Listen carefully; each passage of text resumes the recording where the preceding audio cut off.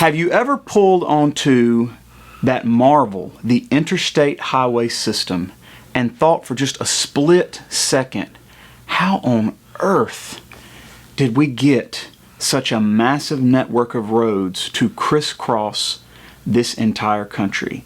On today's Deeper History. Yeah.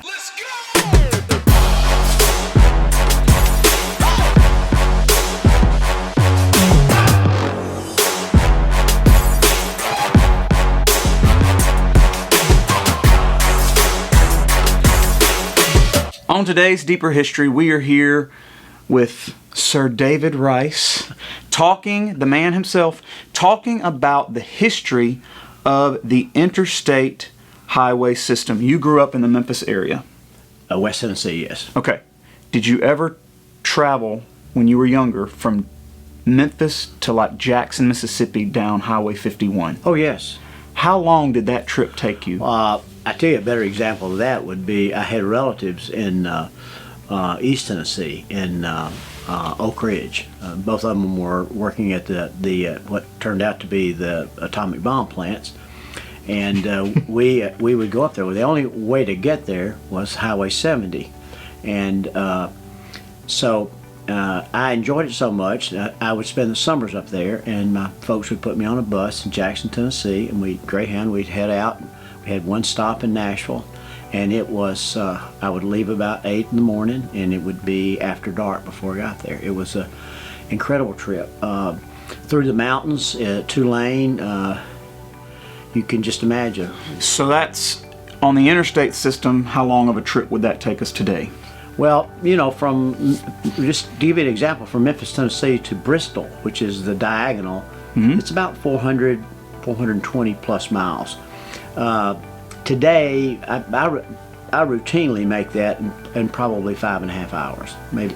And then on the 2-lane highways back then, you're looking at 9. Oh, no, absolutely. A trip to Jackson, Mississippi would have been from West Tennessee, where I live. Well, first we'd have to go to Memphis and pick up 51, or we could have picked it up in one of the rural places that crosses close to the river, and it would have probably been almost the equivalent of that. 8 or 9 hours like that. So, man, okay. Tell us the story of how the interstate system came to be, because realize this, students, it's really not that old of a system. No, not at all. Not at all. And you know what's very interesting about it, if you went on the Federal Highway Administration's website,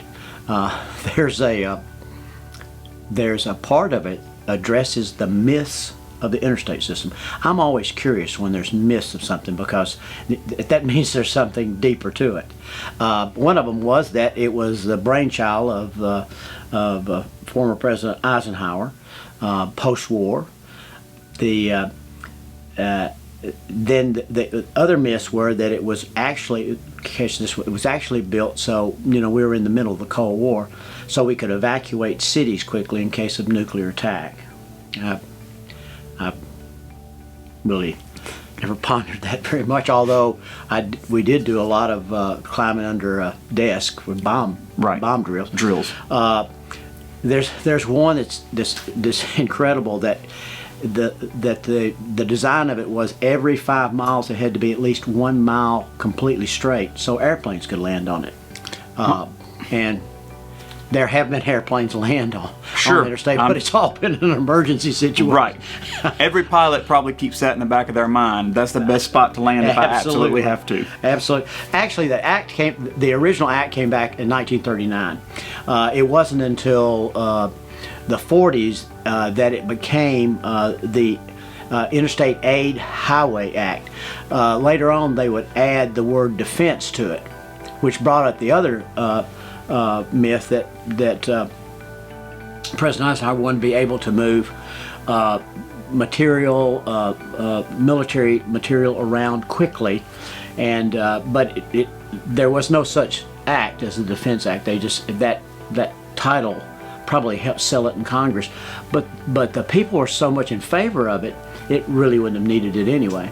Okay, so Eisenhower, for anybody who might not realize, background is military, heavily military. Well, a West Point graduate. I mean, he he was military through and through. And was praised during the World War II? Actually, even before that, World War One, he, of course, was the very after the World War One. But the aftermath of that, everything that was learned from what they thought were going to be the future wars in Europe, he was staff level people who made those decisions, and they were going to tell you that in the history of this, there was some idea that maybe he was unhappy with the railroads, and it turned out after World War One he probably was. World War One, the railroads dropped the ball completely. It was just more than they could handle. And World War Two, the railroads were, by the way, the tonnage they were carrying, the passengers carrying, was already on a downhill slide prior to the war. Because those bridges and stuff that were designed were never meant to carry that type of never. weight. And early on in his career, he did what we would call a trial run. He actually had a convoy of trucks carrying military tanks and stuff like that across country, and it really impressed him. It impressed me two things: that the trucks could do it, and impressed him with just what we were talking about a few minutes ago, how difficult it was to travel great distances on our present highway system. And so obviously the war came. He was absolutely enthralled with the Autobahn system in Germany, and that's one of his quirks. The other was, and the Autobahn system is their system of interstate. Right, and it was a state control system. What enters the picture here is private companies as opposed to government-run companies. And at that particular time, and still to this day, railroads are a private. Although during World War One, there were some congressional controls over it. The Railway Act was passed, and so that had a lot to do with where they could go, how they could compete. Everything. And so he comes home from the war with all of this in mind, and then obviously wins the presidency. The act would have probably passed. It passed Congress in 1944.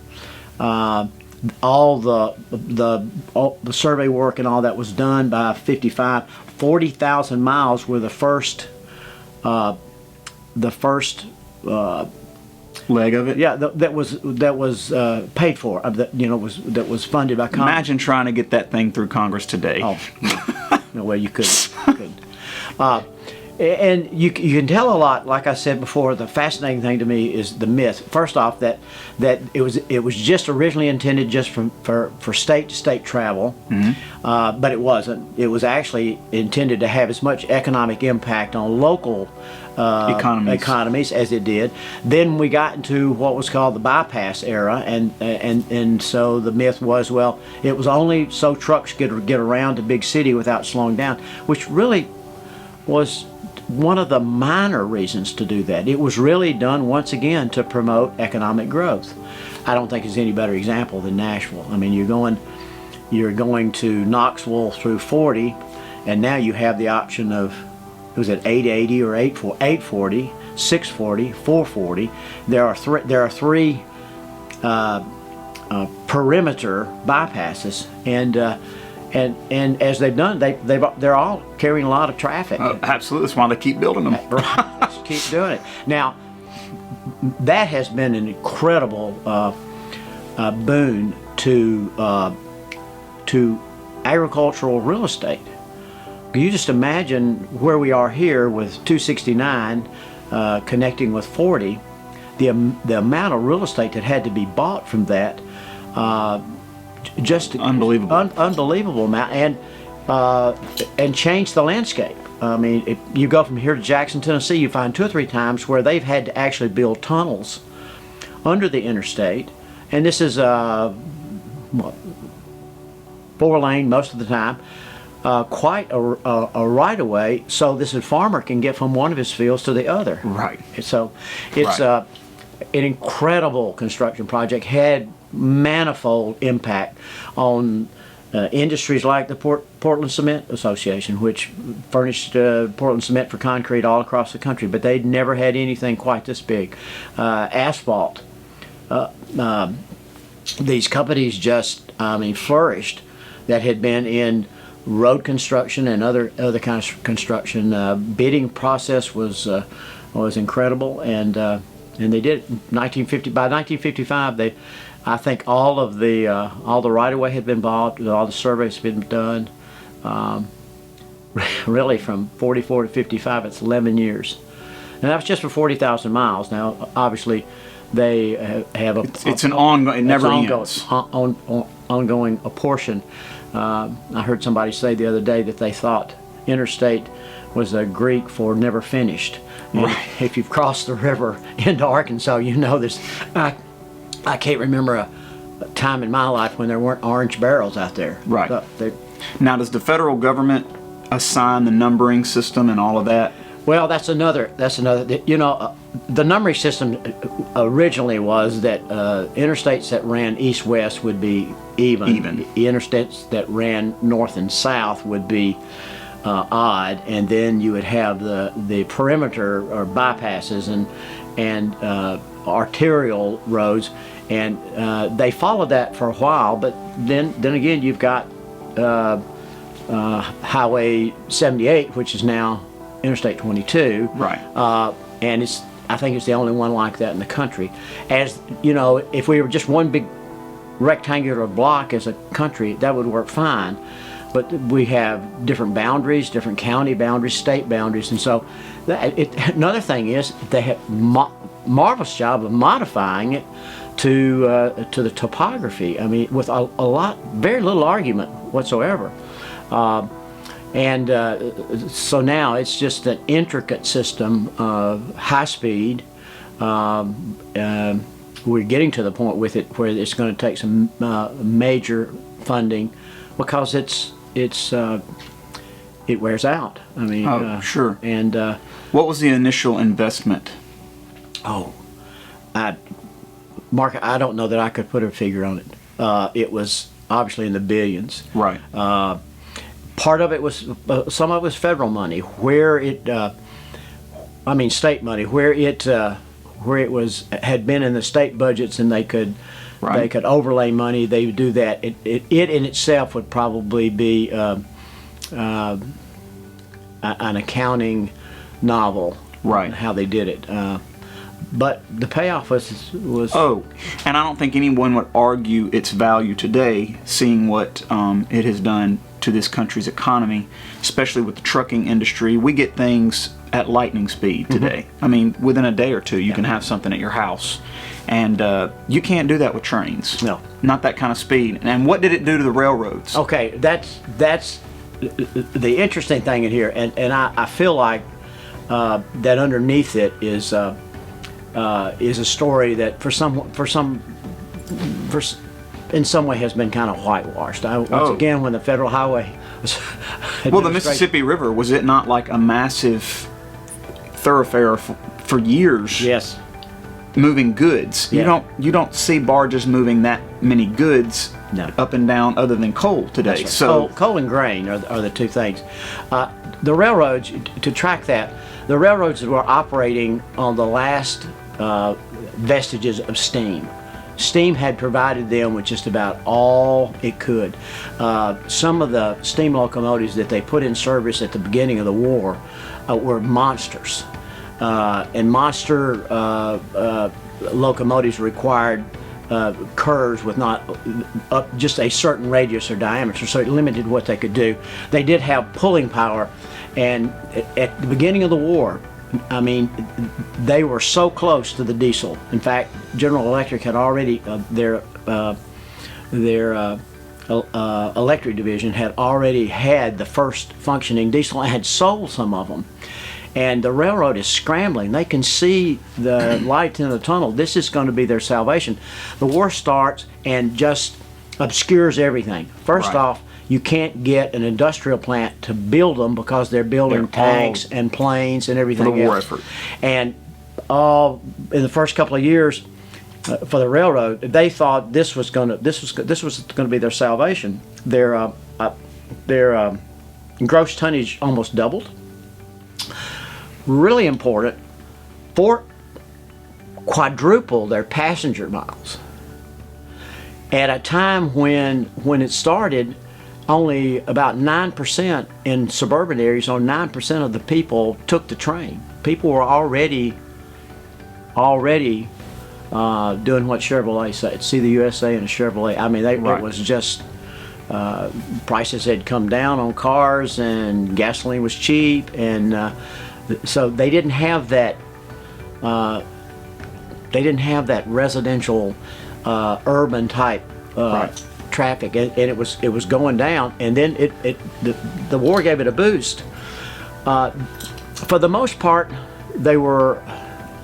And Rockefeller, by the way, had already built his pipelines years ago, Right, which exactly. had taken all of the oil business, because for the longest, barrels of oil is what That was the it. trains made their money on. That's absolutely right. But they were in a reasonably good.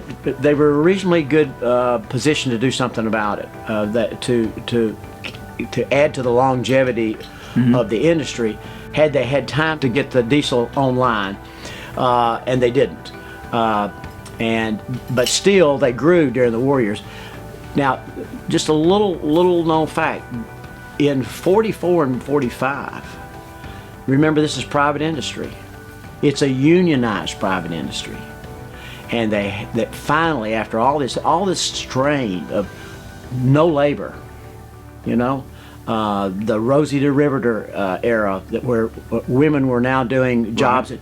but the labor pools, and let's face it, railroad is labor intensive. Oh, And so in '44, they had problems with the union, had some labor problems, and the government had to step in.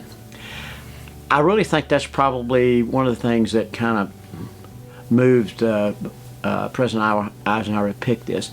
The more I study it, I don't think it was so much a vendetta as he was a pragmatist. He knew what the country was going to need in the post-war era.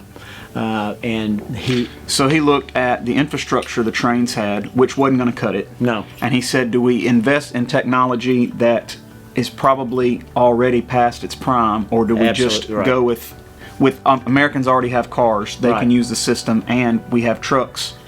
We need the roads. Let's just go Absolutely. that way. Well, considering this now, you're dealing with a unionized private industry, and all of a sudden you're gonna do something that's not going to be.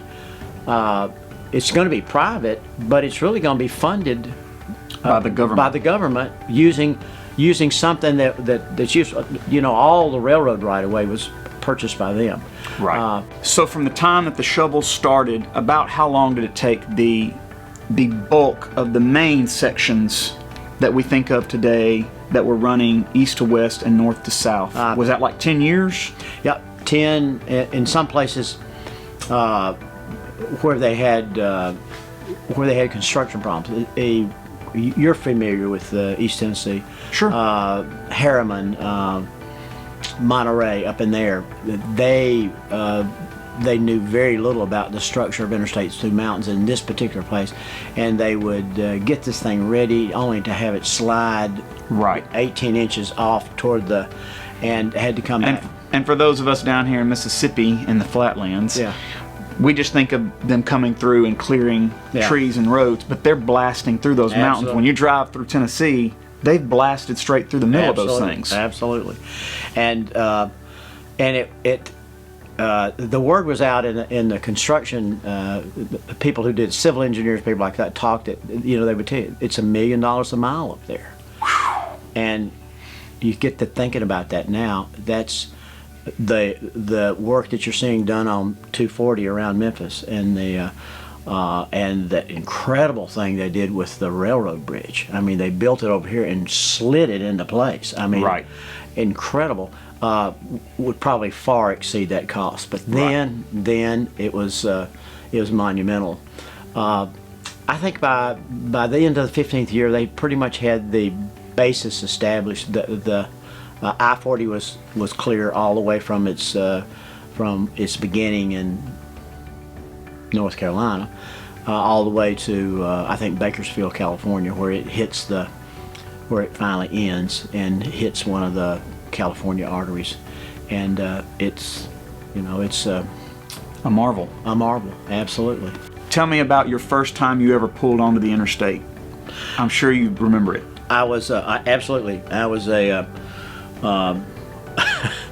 was a sophomore at what is now the University of Memphis. It's Memphis State University back then, and I hitchhiked home to Jackson, Tennessee, because I did not have the $2.54 for the bus ride.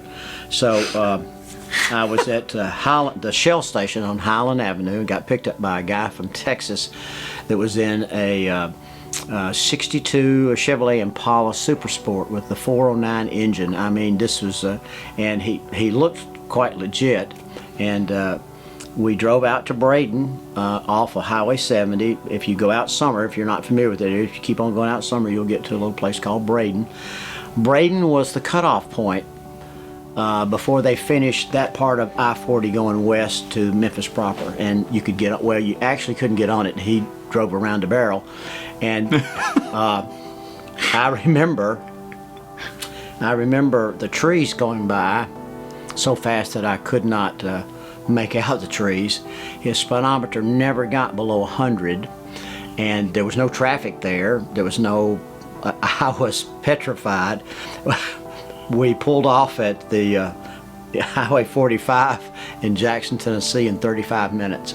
From everything you knew to that point, you made incredible time. Oh gosh, it was unbelievable. It was 35 minutes. It took 30 minutes for my parents to come get me. And that's from Jackson. They wanted to know how I got there. So I just said, well, it was a Don't good ask. trip.